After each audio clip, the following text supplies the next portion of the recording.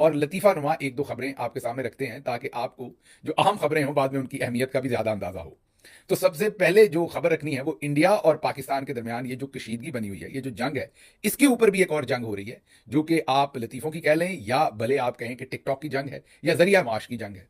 तो पाकिस्तान में बहुत सारे लोग जिनका ज़रिया माश किसी ना किसी तरह से भारत के साथ जुड़ा हुआ है, वो परेशान है कि हमारे मुंह से कुछ ना निकल जाए, कहीं उस तरफ से हमारा फिर हुक्का पानी बंद ना हो जाए। तो कई नाम पहले भी डिस्कस हो चुके हैं। नवाज शरीफ साहब और उनकी टिकटॉकर बेटी का तो जिक्र पहले भी हो चुका, आज भी आपको बताते हैं। लेकिन सबसे पहले आपको लेकर चलते हैं लंदन, जहां पर हमारी रिसर्च टीम बता रही है कि ये मोहतरमा कोई जन्नत मिर्जा है, जिनके गालिबन 25 मिलियन फॉलोअर्स हैं टिकटॉक के ऊपर, और ये आजकल लंदन में है। और इनसे जब रिपोर्टर्स ने सवाल पूछा कि आप हिंदुस्तान और पाकिस्तान के दरमियान जो कशीदगी है, जो भारत और पाकिस्तान को शायद जंग लगने जा रही है, तो आप इस पर क्या कहेंगी? तो उन्होंने जवाब नहीं दिया, उन्होंने मुंह को जिप कर लिया और इशारा किया उन्होंने कि जिप इट। जिन्हें बताइए पाकिस्तान इंडिया की सिचुएशन चल रही है और मुदस्सर होते हैं उससे जिस तरह से जंगी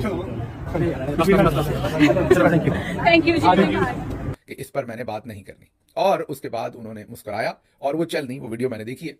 तो अब उनके ऊपर बहुत तनकीद हो रही है कि वो क्यों नहीं बोली। नून लीग के भी लोग तनकीद कर रहे हैं, पीटीआई के भी कर रहे हैं, आम पाकिस्तानी भी कर रहे हैं कि वो एक बहुत बड़ी टिकटॉक स्टार हैं, पाकिस्तान से हैं, जंग लगने को है तो उनको पाकिस्तान के हक में फैसला करना चाहिए था और बोलना चाहिए था। अच्छा, ये तो एक एपिसोड होगी।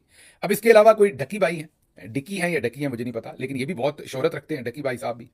और हमारी रिसर्च टीम बता रही है कि इनके कोई 8 मिलियन से ज्यादा सब्सक्राइबर्स हैं यूट्यूब पे, और इन्हें भी कहते हैं कि बहुत ज्यादा देखा जाता है, और दोनों तरफ, इंडिया और पाकिस्तान दोनों तरफ इन्हें देखा जाता है। आज इनसे भी सवाल पूछा गया, गालिबन शायद इनसे लाहौर में सवाल पूछा गया, ये पाकिस्तान के अंदर है, और इनसे पूछा गया कि भारत और पाकिस्तान के दरमियान कशीदगी है, कहीं जंग ना लग जाए, आप क्या कहते हैं? तो वो हंसते रहे, उन्होंने भी मुस्कुराया, उन्होंने कोई बात नहीं की। फिर उनसे दूसरी दफा सवाल पूछा तो उन्होंने कहा, यार मैं बड़े मसलों में फंसा हुआ हूं, पहले मैं जरा अपने मसले खत्म कर लूं, उसके बाद मैं इस मसले पर भी बात करूंगा।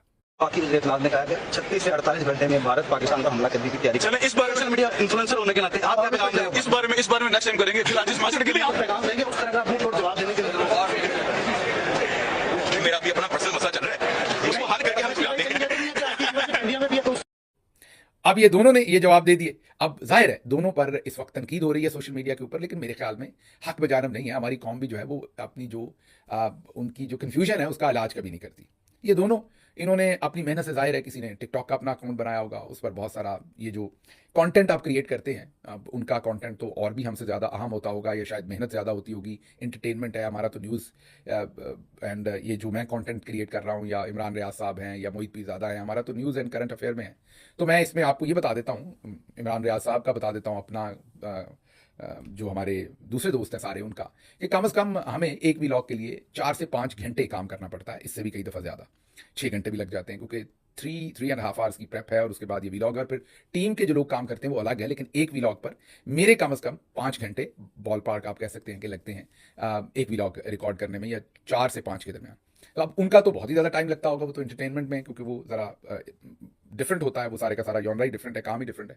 तो उन्होंने ये सारे अपने अकाउंट्स बनाए, खुद से उन्होंने मेहनत की, अपने आप को खड़ा किया, और आज जब वो जंग पर बात नहीं कर रहे तो आप सबको उनसे मसला है। लेकिन जिन लोगों को पिछले 30 साल से आपने वोट दिए, मीन पहले तो दिए ना, अब नहीं दिए इस दफा तो, लेकिन कभी तो देते रहे ना, मियां नवाज शरीफ साहब, उनकी बेटी, जो पब्लिक लीडर्स अपने आप को क्लेम करते हैं, वो अभी तक नहीं बोले। बल्कि कल राणा सनाउल्लाह ने, मैंने अपने व्लॉग में आपको बताया कि ये ऐलान फरमा दिया कि नवाज शरीफ जो हैं वो हिंदुस्तान पर कोई बयान नहीं देंगे। तो नवाज शरीफ कोई बयान ना दें तो नून लीग वालों को काबिल कबूल है, जन्नत मिर्जा ना दे, डकी भाई ना दे तो वो कबूल नहीं। तो इन बेचारों का क्या कसूर है?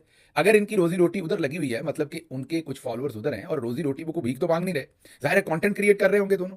जैसे कोई शायर लिखता है, कोई सिंगर गाता है, कोई फिल्म मेकर फिल्म बनाता है, कोई एक्सपोर्ट करने वाला पंखे बना रहा है, कोई कुछ और बना रहा है, तो मेहनत कर रहे हैं ना अपने अपने कंटेंट, अपनी अपनी प्रोडक्ट पर, और उसको लोग खरीद रहे हैं। किसी को एंटरटेनमेंट की सूरत में जो है वो कस्टमर सेटिस्फेक्शन मिल रही है, किसी को आप एयर कंडीशन बना के बेच रहे हैं, किसी को दवाई बना के बेच रहे हैं। तो लोगों की जरूरत कोई ना कोई पूरी हो रही है, उस कंटेंट हो या फिजिकल प्रोडक्ट हो।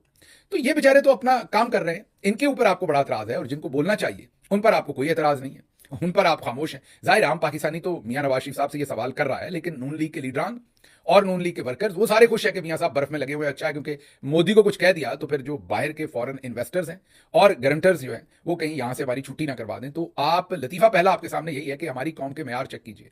पानी यहां बहुत तेजी से, पानी तो वैसे निचली साइड की तरफ ही ज्यादा जाता होता है, लेकिन यहाँ तो सैलाब ही आता है। मतलब एक वो बच्ची जन्नत मिर्जा और वो बच्चा जो डकी है, जिनका दोनों का मैंने आपको बताया कि जिनका काम होगा, जिनकी पीछे टीम्स होंगी, उनको कुछ ना कुछ अर्निंग होती होगी, वो पूरा एक उनका इकोसिस्टम होगा, और उसको बचाने के लिए अगर वो खामोश हो गए हैं, जो कि मैं ये नहीं कह रहा उन्हें होना चाहिए कि नहीं, लेकिन मैं सिर्फ उनकी तोजीह दे रहा हूं कि वो फनकार हैं या आर्टिस्ट हैं, तो उन पर हमें एतराज है, लेकिन जो सो कॉल्ड लीडर्स हैं उन पर हमें एतराज नहीं। तो पहला लतीफा तो ये था। अगला सुनिए। मरियम और नवाज शरीफ तो खामोश हैं, लेकिन अगला सुनिए, ख्वाजा आसिफ फिर बोले। आज उन्होंने एक ट्वीट किया है कि मियां नवाज शरीफ के खिलाफ जो लोग बात करते हैं वो शर्म करें। 90 की दिहाई में मियां शरीफ साहब ने मिलियंस ऑफ ये उन्होंने जर्मन मार्क, अब तो यूरो हो गया, उस जमाने में जर्मन मार्क होते थे, जर्मनी की करेंसी, तो उन्होंने कहा मिलियंस ऑफ जर्मन मार्क्स की उन्होंने डोनेशन भिजवाई थी बोस्निया को, अपने बेटे नवाज शरीफ के हाथ, जो उन्होंने बोस्निया वालों को दिया था। और ख्वाजा आसिफ यहां नहीं रुके, उन्होंने पूरी तफसील दी। तफसील उन्होंने क्या दी? उन्होंने कहा कि मैंने सिटी बैंक पाकिस्तान की अल-फलाह ब्रांच से मैंने ये ड्राफ्ट बनाया था लाहौर में। ख्वाजा आसिफ ने खुद इस बात की गवाही दी कि फलां बैंक था, वहां से मैंने ड्राफ्ट बनाया था। अमाउंट उन्होंने नहीं बताई, उन्होंने कहा मिलियंस ऑफ जर्मन मार्क जो थे उनमें ये पेमेंट जो है थी, जो हमने डोनेशन के तौर पर नवाज शरीफ साहब ने, मियां शरीफ साहब ने वो भेजी थी। कहना वो ये चाहते हैं कि इतने अमीर लोग थे कि मिलियंस ऑफ जर्मन मार्क की उस वक्त इन्होंने दी। अब जब हमने अपने जो खबरी हैं उनको दौड़ाया और उनसे कहा कि जी ये क्या मामला है, क्योंकि उस जमाने में मैं तो लाहौर नहीं रहता था, तो जो लाहौर में रहने वाले सीजन लोग हैं उन्होंने कहा कि बिल्कुल ऐसा हुआ होगा, क्योंकि मियां शरीफ साहब ने चंदा इकट्ठा किया था, अपने कुछ दोस्तों से भी पैसे लिए थे। जाहिर है वो नवाज शरीफ और शहबाज शरीफ को तो नहीं पता होगा, लेकिन जिन लोगों ने पैसे कुछ ने दिए वो उन लोगों ने लोगों को बताया। तो जिसने मुझे बताया उसने कहा कि मियां शरीफ साहब को काफी लोगों ने डोनेशन दिए, जैसे अभी लोग इकट्ठे कर लेते पैसे किसी भी कॉज के लिए। को बुरा नहीं किया उन्होंने, जाहिर है बोस्निया की जंग लगी हुई थी, अच्छा काम किया, हम सताइश ही करते हैं, लेकिन उन्होंने लाहौर के लोगों से पैसा इकट्ठा किया, बीच में कुछ अपने भी डाले होंगे 2 दाने, और वो उन्होंने जाहिर है अपने बेटे को दे दिया कि ले बेटा तू इससे पॉलिटिक्स चमका ले। तो बेटे ने आगे से ख्वाजा आसिफ साहब को कहा, बेटे को तो ड्राफ्ट बनवाना नहीं आता होगा, तो उन्होंने, ख्वाजा साहब बैंकर थे, आपको ये पता हो माजी में, तो उन्होंने ख्वाजा साहब को कहा कि आप बैंकर हैं तो आप ये ड्राफ्ट बनवा लें, तो उन्होंने ड्राफ्ट बनवा लिया और उन्होंने भेज दिया। लेकिन यहाँ इंपॉर्टेंट पॉइंट 2 है। एक तो ऐसे शो किया जा रहा है कि जैसे सारा पैसा इनका अपना था, लोगों से इकट्ठा नहीं था, 1। दूसरी बात ये शो की जा रही है कि इनको पता है कि सिटी बैंक की फलां ब्रांच से फलां वक्त इतने पैसों का ड्राफ्ट बना और इसने बनाया, मतलब सब सबूत है। लेकिन नहीं सबूत तो लंदन के अपार्टमेंट्स के नहीं है।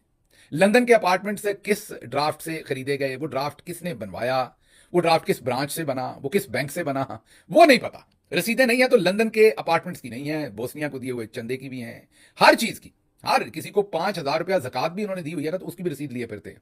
लेकिन जो लंदन में अपार्टमेंट्स खरीदे उनका पूछने तो कहते हैं कतरी दादाजी थे जो दे गए थे, ये ऊंटों पे चले गए थे, पता है क्या क्या कहानियां। हजूर ये हैं वो जराए, वो खाली पेजेस होते हैं जिनको कहते हैं हजूर ये हैं वो जराए। मतलब इससे बड़ा फ्रॉड होगा कि आप नेशनल असेंबली में खड़े होके खाली पेजेस को कहते हैं हजूर ये हैं वो जराए, और वो आगे से स्पीकर बेचारा जो है वो भी नहीं पूछता, क्योंकि जाहिर है नून लीग में है, वो क्या पूछे हजूर ये हैं वो जराए। तो ये आज ये तो लतीफ़ों से काम शुरू हुआ आपके सामने, जो हमने एक और लतीफ़ा रह गया वो ये है कि पाकिस्तान इंडिया बॉर्डर पर दर्जा हरारत में किसी हद तक कमी हुई है। तो इसके साथ ही नून लीग के सदर नवाज शरीफ मुतहरक हुए हैं, अल्लाह खैर कमी हो गई क्योंकि कशीदगी में तो मुतहरक हो गए। कौमी इत्तेहाद और यकजहती के लिए पार्लियामेंट का किरदार काबिल तहसीन है। अब पार्लियामेंट का ना तो कोई सेशन हुआ, ना पार्लियामेंट में कोई इकट्ठ हुआ, ना कोई डिनर हुआ, ना कोई ब्रीफिंग हुई। तो नवाज शरीफ साहब को किसी ने, मेरा ख्याल है या तो नवाज शरीफ साहब गजनी बन गए हैं या इन्हें कोई बातें गलत बताता है घर में। तो पार्लियामेंट का तो कोई किरदार हमें नजर ही नहीं आया सारे प्रोसेस में, क्राइसिस में। वो कहते हैं कि वो उसकी तहसीन करते हैं। तमाम सियासी जमातों का यक ज़बान होना खुशाइंद है। नवाज शरीफ की सेनेटर इरफान सिद्दीकी साहब से मुलाकात में गुफ्तगू। अब मुलाकात में भले नवाज शरीफ साहब ने पेट में गैस की शिकायत की हो और बताया हो कि इरफान हुण बूटियां नहीं खादियां जांदियां, और साथ ये भी बताया हो कि इरफान अंब आ रहे ने पर इस बारी मैं चूप नहीं सकता। पंजाबी में, उर्दू में तो आप चूसना कहते हैं, पंजाबी में हम उसे चूपना कहते हैं, तो आप ज़रा मुझे माफ़ी दीजिएगा। पंजाबी हूँ तो कई दफ़ा मैं उसकी फ्रीडम ले लेता हूँ, आपकी उर्दू ख़राब कर देता हूँ।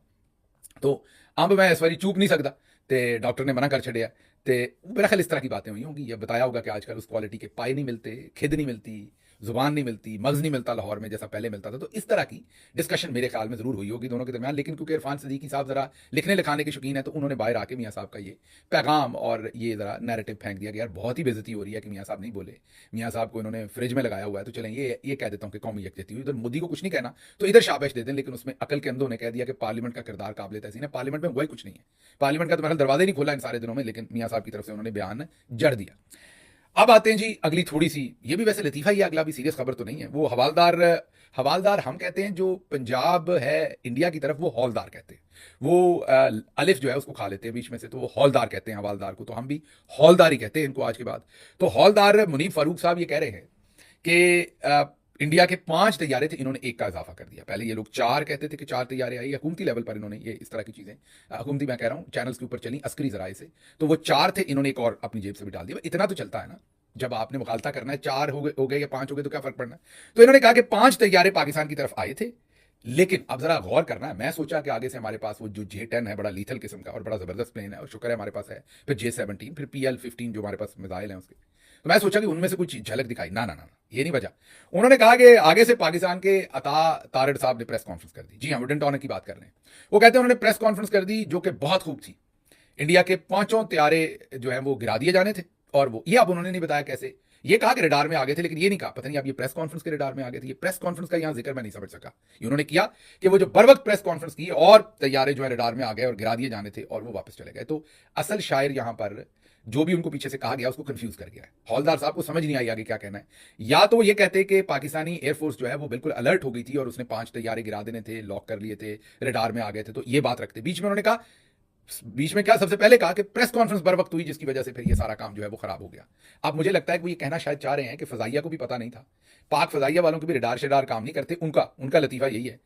अता तारड़ ना करते प्रेस कॉन्फ्रेंस तो फजाइया को भी पता नहीं चलना था। ये मैं उनकी बात से अखज कर रहा हूं कि जैसे उनकी बर वक्त प्रेस कॉन्फ्रेंस हुई, पाक फजाइया वाले बैठे हुए थे टीवी के सामने, अता तारड़ साहब ने उनको खबर दे दी कि हमला होने लगा है, वो भाग के जनाब बैठे अपने जहाज़ों में, उन्होंने जहाज स्टार्ट किए, पीछे से जावेद चौधरी साहब ने जहाज को धक्का लगाया, समझ रहे ना, धक्का लगाया, फिर शहबाज शरीफ साहब उसको लेकर भागे जहाज को अपने साथ, तो जहाज हवा में उड़ गया। तो फिर जाके उनको खतरा पड़ा कि कहीं ये हमारे जहाज ना गिरा दें। तो ये इसमें प्रेस कॉन्फ्रेंस जो थी यही कलीदी काम है, बाकी तो इदारों को पता ही नहीं होगा क्या हो रहा है। तो इस तरह की बंगियां मारी जा रही हैं, लेकिन मैंने कहा इनको लतीफे के तौर पर आपके सामने रख देते हैं। फिर एक लतीफा और है, और वो लतीफ़ा ये है, ये एक जर्नलिस्ट हैं जिनको अता तारड़ साहब ने डायरेक्टली नौकरी दी हुई है और ये PTV में काम करती हैं। उन्होंने अब ये कहा है कि जो अता तारड़ साहब की प्रेस कॉन्फ्रेंस थी उससे इंडिया डर गया है और डर के धमकियों पर उतर आया है और इंडियन नंबर से उन्हें धमकियां दी जा रही हैं फ़ोन करके। अच्छा जी, ठीक, ये भी ठीक हो गया, आपकी बात ठीक हो गई। लेकिन ये आपने पहली दफ़ा देखा किसी ने हमला करना है तो वापस आपने मजाइल शदाइल नहीं दिखाया, आपने अता तारड़ दिखाया है और आपने कहा कि यार थोड़े तो छड़ देंगे ऐसी, तो उन्होंने हमला नहीं किया। तो ये मुख्तसर जो इस सारी बातों का, सारे लतीफ़ों का लुबे लबाब है वो ये है कि अता तारड़ अगर, तो ये तो फिर आप अता तारड़ को थोड़ी देर के लिए यूक्रेन ही भेज दें, जंग बंदी हो जाए, वहाँ प्रेस कॉन्फ्रेंस कर दें। मतलब जहाँ पर कहीं जंग होने लगे अता तारड़ से प्रेस कॉन्फ्रेंस करा दें, दूसरी साइड जो है वो डर के हमला ही नहीं करेगी। माशाल्लाह, क्या ज़बरदस्त आपने नतीजा निकाला है। अच्छा जी, अगली खबर यह है कि पाकिस्तानी मीडिया बयानिए की जंग जीत गया है। खौफजदा भारत ने ISPR का यूट्यूब चैनल ही ब्लॉक कर दिया। अब ISPR का जो चैनल है उसके ऊपर तो मेरा ख्याल है कि पिछले बहुत सारे सालों में कुछ जारी नहीं हुआ, सवाए वो जो अपना नगमा तराना जारी करते हैं, जो पिछले दिनों में उन्होंने जारी किया, जो हमने आपको बताया था कि पाकिस्तान में 36% लोगों ने चांदी घंटों में उसे डिसलाइक कर दिया था। लेकिन वो तो क्योंकि सारे पाकिस्तानी अकाउंट्स को धड़ाधड़ ब्लॉक कर रहे हैं तो उन्होंने वो भी कर दिया। मेरा नहीं ख्याल कि उसके कंटेंट की वजह से किया, उन्होंने लिस्ट बनाई है और सारों को कर दिया, जो कि यकीनी तौर पर भारत का अच्छा इकदाम नहीं है, बुरा इकदाम है, बुजदिली है। भारत को ये नहीं करना चाहिए, फ्रीडम ऑफ स्पीच के ऊपर ऐसे कदगन नहीं लगानी चाहिए। लेकिन अब अगर आप ही का नैरेटिव लेंगे पाकिस्तान बयानिया जीत गया इसलिए हिंदुस्तान को ये अकाउंट्स फ्रीज करने पड़े, ब्लॉक करने पड़े, तो फिर इसका मतलब है कि पाकिस्तान तहरीक इंसाफ भी बयानिया जीत गई है, इसीलिए आप सब कुछ पाकिस्तान तहरीक इंसाफ के साथ कर रहे हैं, उनके सोशल मीडिया के साथ, हम लोगों के यूट्यूब्स के साथ, ये सब इसका मतलब है कि बयानिया जीत चुका है। अब आप अपने मुंह से कह रहे हैं ना कि जो ब्लॉक करता है वो हार जाता है, तभी ब्लॉक करता है। आपने इंडिया को यही कहा कि इंडिया ने ब्लॉक किया, वो हार गया, वो हमारे बयानिए से हार गया, इसलिए मजबूर होकर उसने ब्लॉक किया। तो ये जो कुछ आप हमारे साथ कर रहे हैं इसका मतलब है कि आप भी हार गए हैं बयानिया वाइज, वरना आप ट्विटर बंद ना करते, फायरवॉल्स ना लगाते, तो ये आप अपने आप को ही एक्यूज कर रहे हैं। अगला लतीफा साल का बड़ा जबरदस्त है। सरकारी हाजन आसमा शराजी साहबा ने VPN पहले ऑन किया अपने फोन में, फिर VPN लगाया, मीनू से लॉगिन किया, फिर उन्होंने उसके VPN लगाने के बाद एक्स खोला, ट्विटर, और फिर उन्होंने उसके ऊपर से ट्वीट किया और उस ट्वीट में उन्होंने बताया कि उनका भी चैनल जो है और बहुत सारे लोगों के, उनके दोस्तों के चैनल इंडिया ने ब्लॉक कर दिए और कितना बुरा काम किया है।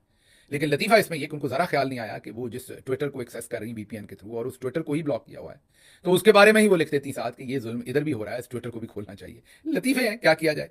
अच्छा जी, आगे राणा सनाउल्लाह साहब ने एतराफ़ किया है। उन्होंने कहा है कि सहाफ़ी ने पूछा कि इमरान खान को रिहा करें, जंग का माहौल बन रहा है, क्यों नहीं कर रहे। तो राणा सनाउल्लाह ने कहा कि ना वो बैठने को तैयार है, ना रिहा होने को तैयार है, आप बताएं हम इसका क्या करें। आपसे इसका कुछ नहीं होना, ये मैं अभी आपको बता देता हूँ राणा साहब, जो करना है आपका वो उसने करना है, आपने उसका कुछ नहीं करना, क्योंकि अवाम और इमरान खान एक तरफ खड़े। अब इनका मसला, ये स्टेटमेंट देखें, ना वो बैठने को तैयार है और ना ही रिहा होने को, हम इसका क्या करें। बैठने को का मतलब ये है कि इमरान खान के जो बाहर चाहने वाले हैं वो खामोश नहीं बैठते, चले कुछ लोग कंप्रोमाइज हो जाते होंगे, लेकिन आवाम तो नहीं होती ना, वो तो जुड़ी रहती है, वो तो बात करती रहती है, तो बैठने इसलिए नहीं। और इमरान खान साहब भी जेल में से तगड़े बयान जारी करते हैं, तो बैठने को वो भी तैयार नहीं है। अब अगली स्टेटमेंट बड़ी जबरदस्त है कि रिहा होने को भी वो तैयार नहीं है। ये क्या बात है कि वो कंप्रोमाइज, नवाज शरीफ बनने को तैयार नहीं है, वो डील करने को तैयार नहीं है। तो ये हमारे लिए परेशानी है, डील के बगैर हम उनको बाहर कैसे निकाल दें। अच्छा जी, अगली खबर जो आपके सामने रखनी है वो ये है कि वज़ीर ख़ारजा ने वज़ीर दिफा ने एक दफ़ा फिर कहा है कि हम तहकीकात के लिए तैयार हैं। 2-3 या इससे ज़ायद ममालिक जो हैं मिलकर तहकीकात कर लें, अक़वाम मुत्तहिदा के सेक्रेटरी जनरल जो हैं वो भी कोई कमीशन बना दें तो हमें कबूल है। बहरान इसी सूरत में ख़त्म हो सकता है कि इंडिया आज़ादाना तहकीकात करवा ले और हमारे हाथ साफ़ हैं, हम देख लें ऑफ़र कर रहे हैं। ख्वाजा आसिफ साहब, यही ऑफ़र आपको इमरान खान ने बार बार की कि CCTV फुटेज ले आएँ, मेरे हाथ साफ़ हैं, तहकीकात करवा लें। आपने आज तक तहकीकात नहीं करवाई। तो इसका मतलब ये हुआ आपके एक और बयानिए के मुताबिक कि जो तहकीकात आज़ादाना को नहीं मानता उसके हाथ गंदी चीज़ों से रंगे होते हैं, वो क्लीन नहीं होता, उसे पता होता है कि वो झूठा है। तो उसी लॉजिक के ऊपर जो 9 मई का फॉल्स फ्लैग ऑपरेशन है उसमें आप झूठे हैं। तो आपके साथ वही हो रहा है जो आपने पाकिस्तान के लोगों के साथ किया है।